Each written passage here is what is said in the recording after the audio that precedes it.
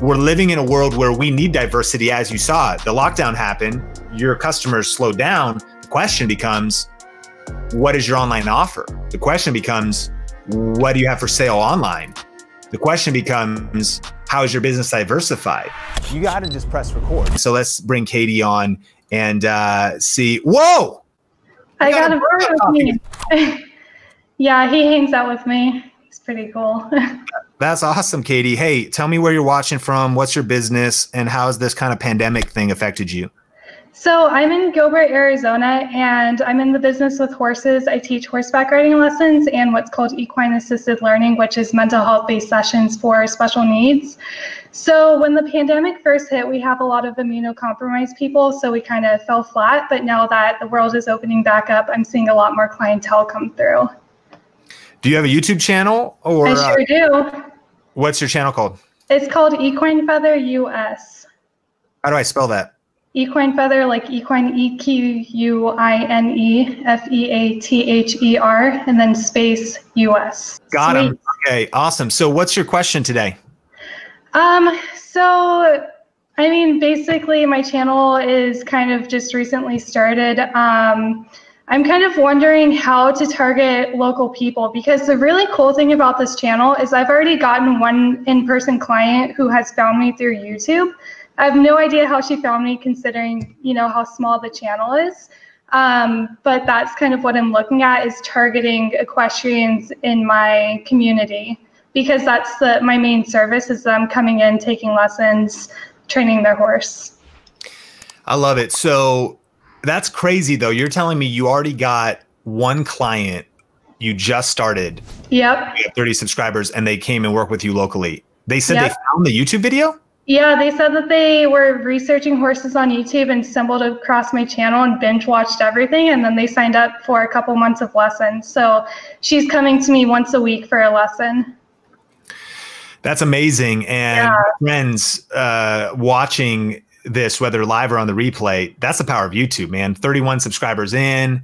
I think you just got another subscriber probably from us going live here, because I think we just bumped up one. And that's awesome. And so, okay, a couple things I would say. You know, I love this question about like local business, you know, how to use YouTube for local business, like versus, you know, like what you could do wider than that. And I think the mentality you should have is not local, but the awareness you want to point to is local. So let me give you one example. We do a thing called Vegas influencers here in Vegas. If people want to check it out, I think you can sign up. We're not meeting right now because of the pandemic, but eventually we will again.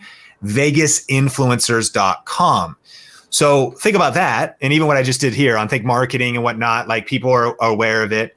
The majority of people, shout me out, where are you watching from? Let me know in the comments, are not in Vegas.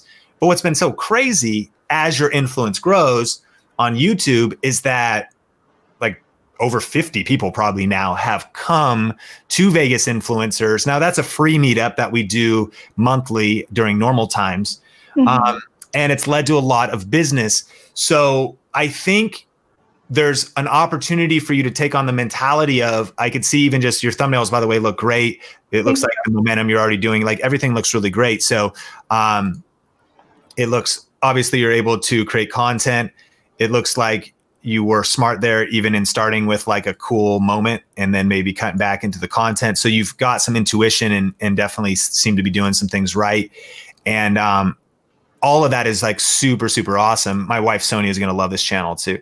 Awesome. You've got end cards and stuff. So yeah, like you really, I think what I would do though, is I would like be thinking about building a big brand, answering kind of like global questions, answering helpful questions, and always bringing back awareness. Like you could say in a few sentences, like we're Equine Feather US, we're based here in Arizona, and we love but today, and when you sow that, the bigger your brand gets, then it's that individual who's like, wait a minute, they're local potentially, or you can become a destination.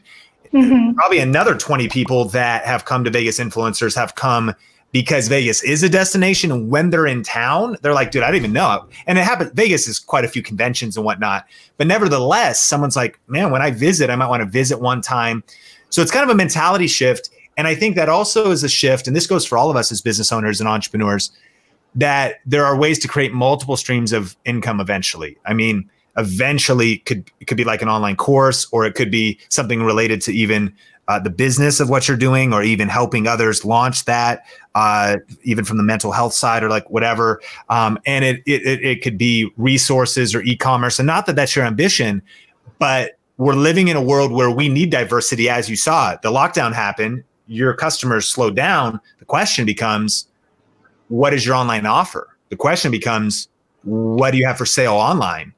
The question becomes, how is your business diversified? And the cool thing is, this could be a life-changing moment on Coffee with Cannell, because you building that out maybe isn't in the next 2 weeks. It might be in the next 4 years. Mm-hmm. But you start chipping away at it and start thinking, okay, and the whole time you're having fun, putting videos on YouTube, building your influence on YouTube, adding goodwill, getting to know people, as well as thinking about what your future potential online offer could be.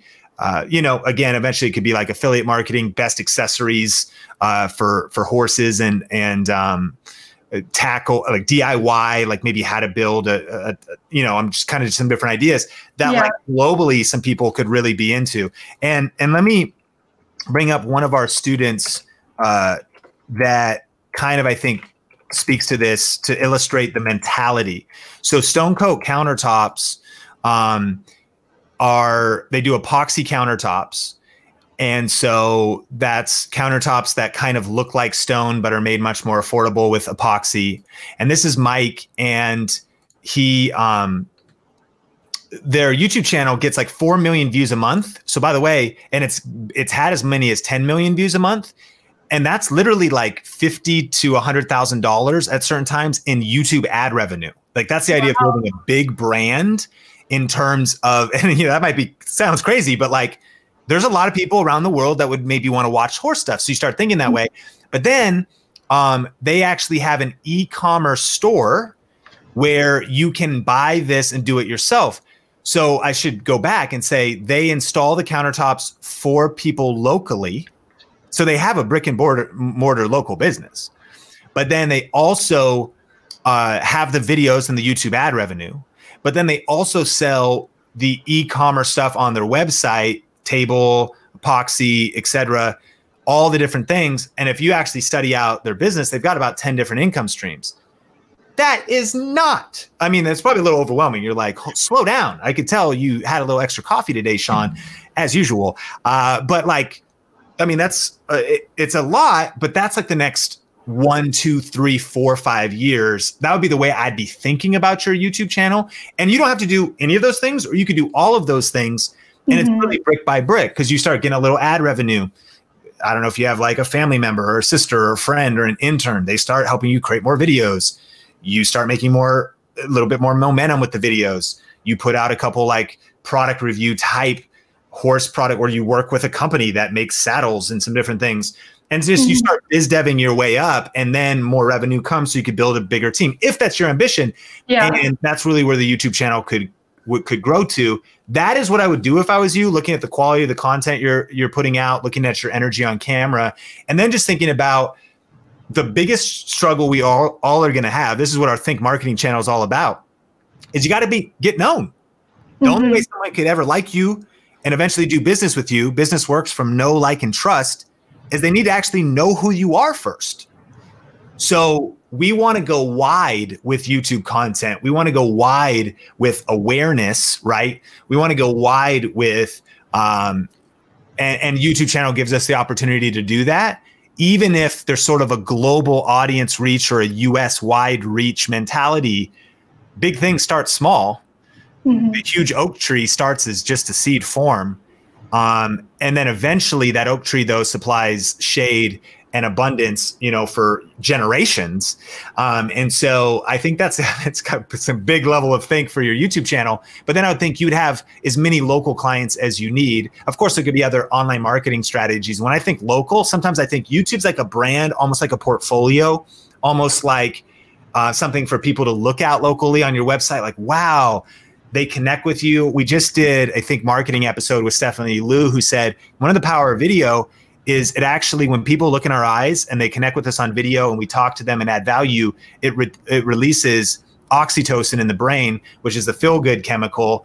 And so when a business owner, a real estate agent, a horse trainer, or somebody who does horse tours or something, again, wants to eventually connect with customers, video is the best way to do it, because it's an accelerator of just getting to know people.